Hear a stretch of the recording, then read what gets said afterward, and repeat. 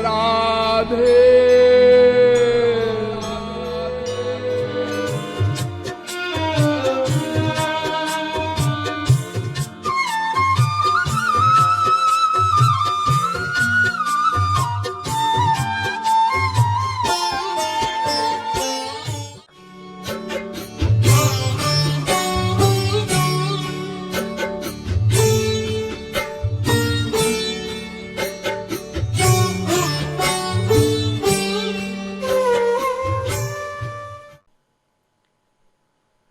कभी भूख लगती है तो आपको सूखी रोटी भी अच्छी लगती है, और जब पेट भरा हो और आप मीठा भी खा चुके हो, कोई बढ़िया ताज़ा रसगुल्ला भी रखे, रसगुल्ला खाओ तो 4 घंटे का बासी है।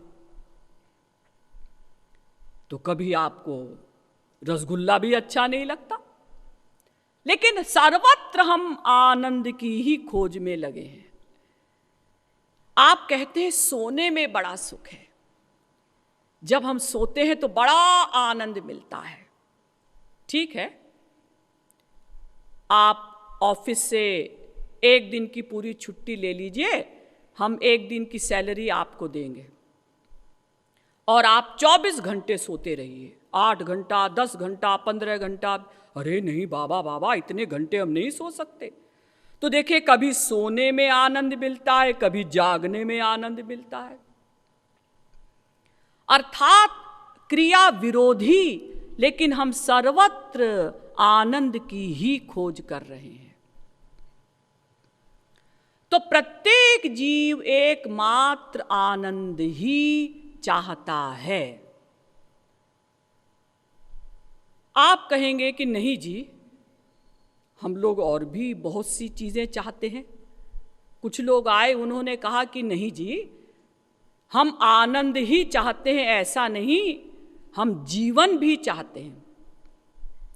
हर मनुष्य जीना चाहता है। एक गरीब लक्कड़हारा था, तो एक बार वो जंगल से लकड़ियां काट कर ला रहा था।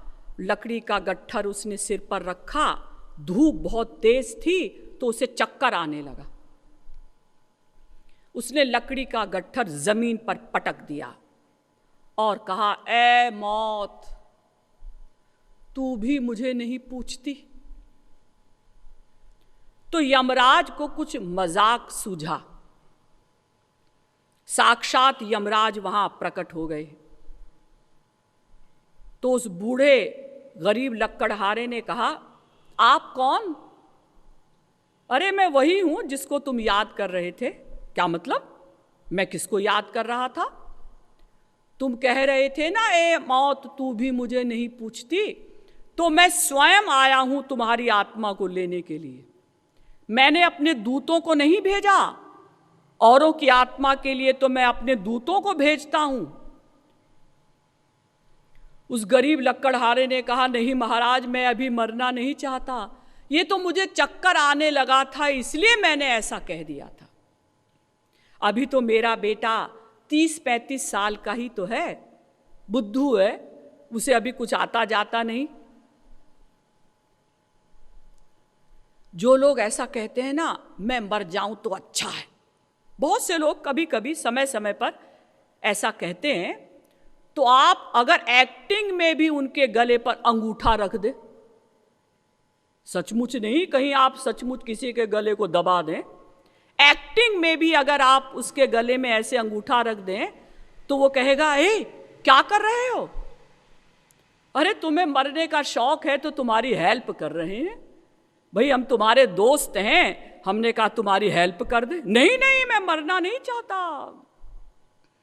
देखिए, मनुष्य इतना कष्ट पा रहा है लेकिन कोई भी मरना नहीं चाहता, यानी जीवन भी हमारा लक्ष्य है। अब कुछ लोग और आए, उन्होंने कहा, भाई ज्ञान प्राप्ति भी हमारा लक्ष्य है। प्रत्येक व्यक्ति ज्ञानोपार्जन में लगा हुआ है। ये कैसे बैठता है, ये कैसे उठता है, ये कैसे चलता है, ये कैसे बोलता है, ये कैसे साड़ी पहनती है, छुप छुप कर हम लोगों से ज्ञान लेते हैं। और अगर कोई कह दे भाई ये काम ऐसे नहीं, ऐसे करना चाहिए, हाँ हमें मालूम है सब। अहंकार के कारण हम ये स्वीकार नहीं करना चाहते कि हमने तुमसे कुछ ज्ञान प्राप्त किया है, लेकिन प्रत्येक जीव हर क्षण छुप छुप कर ज्ञानोपार्जन में लगा हुआ है, यानी ज्ञान प्राप्ति भी हमारा लक्ष्य है। अब कुछ लोग और आए, उन्होंने कहा भाई एक लक्ष्य और है हमारा। क्या? स्वतंत्रता। प्रत्येक जीव स्वतंत्र रहना चाहता है, कोई किसी के अधीन नहीं रहना चाहता। कोई बहुत बड़ा नेता हो और आप उसे 1 लाख की जेल में बंद कर दें, खाने पीने का बढ़िया से बढ़िया सामान हो, डॉक्टर हो, वकील हो, सब सुविधाएं हो, लेकिन रहे वो नज़रबंद। अब उससे कहा जाए कि भाई आपको तो बड़ा आनंद मिल रहा होगा, फ्री फंड में सब सामान मिला हुआ है। वो कहता है अजी क्या आनंद है, किसी से मिलने भी नहीं दिया जाता, भले ही 2 दिन भूखे रह जाएं, लेकिन ये जेल हमें पसंद नहीं, हम स्वतंत्र रहना चाहते हैं। तोता मैना को भी अगर आप सोने के पिंजड़े में भी बंद कर दें और हलवा पूड़ी भी खिलाएं, लेकिन जब तोता पंख फैलाता है उड़ने के लिए और उड़ नहीं पाता तो उसे कष्ट होता है। यानी प्रत्येक जीव स्वतंत्र रहना चाहता है, तो स्वतंत्रता भी हमारा लक्ष्य है। अब कुछ लोग और आए, उन्होंने कहा एक लक्ष्य और है हमारा। क्या? दूसरों पर शासन करना। हम चाहते हैं कि सब लोग हमारी बात माने, भले ही वो हमसे बड़ा ही क्यों ना हो। भले ही हम अपने पिता को ऐसा ना कह सकें ऑर्डर दे के कि हमारे लिए ये लाओ, पिताजी आपको अभी अभी फंड मिला है ना, तो मुझे एक स्कूटर दिलवा दीजिए। पिताजी ने कहा नहीं नहीं, फंड इसलिए थोड़ी मिला है कि स्कूटर लें, क्या जरूरत है स्कूटर की? अगर इस प्रकार से हम फंड को खर्च करेंगे तो सब खत्म हो जाएगा। तो बच्चा सोचता है मुझे भी क्या बाप मिला है, औरों के भी तो बाप हैं जो सब सामान दिलवाते हैं, एक हमारे पिताजी हैं कुछ सुनते ही नहीं है। यानी प्रत्येक जीव दूसरों पर शासन करना चाहता है, तो ये भी हमारा लक्ष्य है। आप कहेंगे कि वेदव्यास जी और वेद इत्यादि में तो ये कहा गया कि आनंद ही हमारा लक्ष्य है, लेकिन ये तो इतने सारे लक्ष्य और आ गए ना। सच पूछिए तो आनंद प्राप्ति ही हमारा लक्ष्य है। ये सब जो लक्ष्य है ना, ये आनंद के लिए ही हैं। हम जीवन चाहते हैं क्यों? ताकि सुख मिले।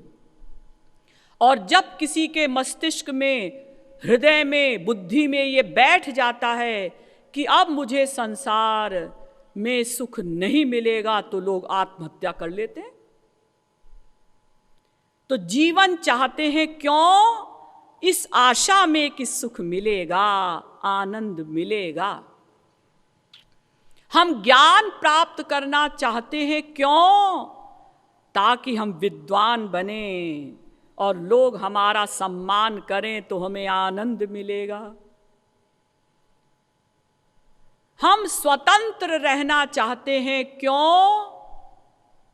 क्योंकि पराधीन सपने हूं सुख नाही। प्रत्येक जीव का नेचुरल नेचर है स्वतंत्रता का। स्वतंत्र रहने से अच्छा लगता है, आनंद मिलता है।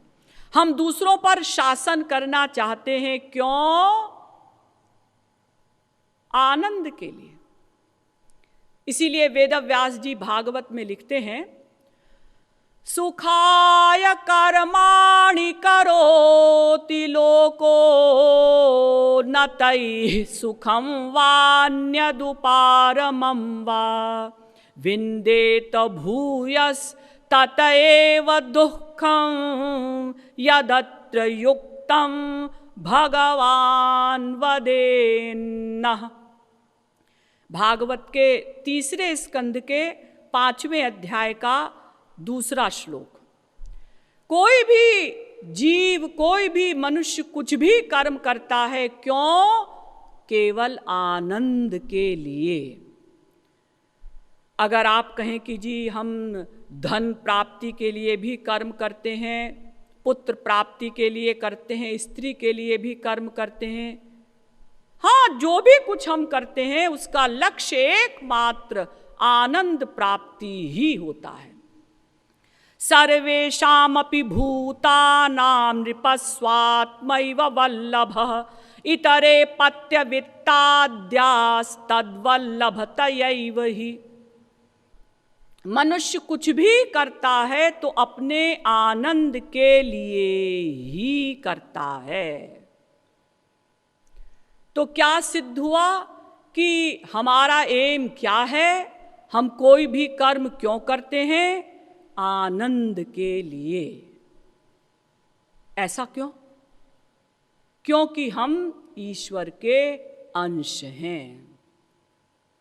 चिन्मात्रम श्री हरेरंशम सूक्ष्ममक्षरमव्ययम्। वेद कहता है प्रत्येक जीव उस भगवान का अंश है। अंशो नाना व्यपदेशात्, ब्रह्म सूत्र भी कहता है हम भगवान के अंश हैं और हमारे उनसे नाना संबंध हैं, अनेक प्रकार के रिश्ते हैं।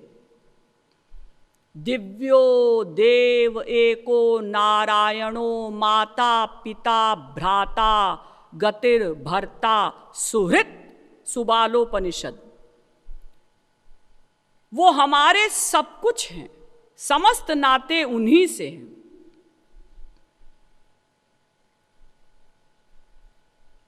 पादोस्य विश्वाभूतानि त्रिपादस्यामृतं दिवि। यजुर्वेद पुरुष सूक्त का 3 मंत्र। प्रत्येक जीव उस भगवान का अंश है। और गीता भी कहती है ममैवांशो जीवलोके जीवभूतः सनातनः। गीता के 15वें अध्याय का 7वां श्लोक।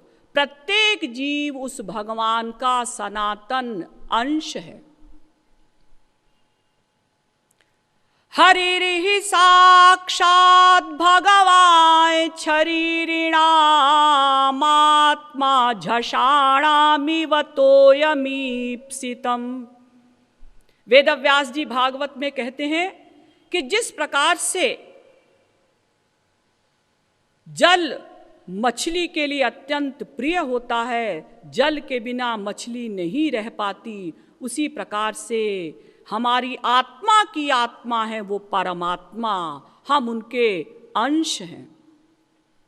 या आत्मनितिष्ठति, वेद कहता है वो परमात्मा हमारी आत्मा में ही रहता है। सपरे अक्षर आत्मने संप्रतिष्ठते, यानी प्रश्नोपनिषद कहता है कि वो परमात्मा इस आत्मा का शरीर है। प्रत्येक जीव उस ईश्वर का अंश है। ईश्वर अंश जीव अविनाशी, चेतन अमल सहज सुख राशि। तो इस प्रकार से चूंकि हम ईश्वर के अंश हैं, और ईश्वर का स्वरूप क्या है, और हम आनंद क्यों चाहते हैं, ये अभी ठीक ठीक सिद्ध नहीं हुआ कि प्रत्येक जीव आनंद चाहता है। क्यों? ये तो हम समझ गए कि हम आनंद चाहते हैं और हम ईश्वर के अंश हैं। लेकिन हम आनंद क्यों चाहते हैं और ईश्वर का असली स्वरूप क्या है, इन सब प्रश्नों का समाधान कल किया जाएगा। बोलिए श्रीमद् सद्गुरु सरकार की।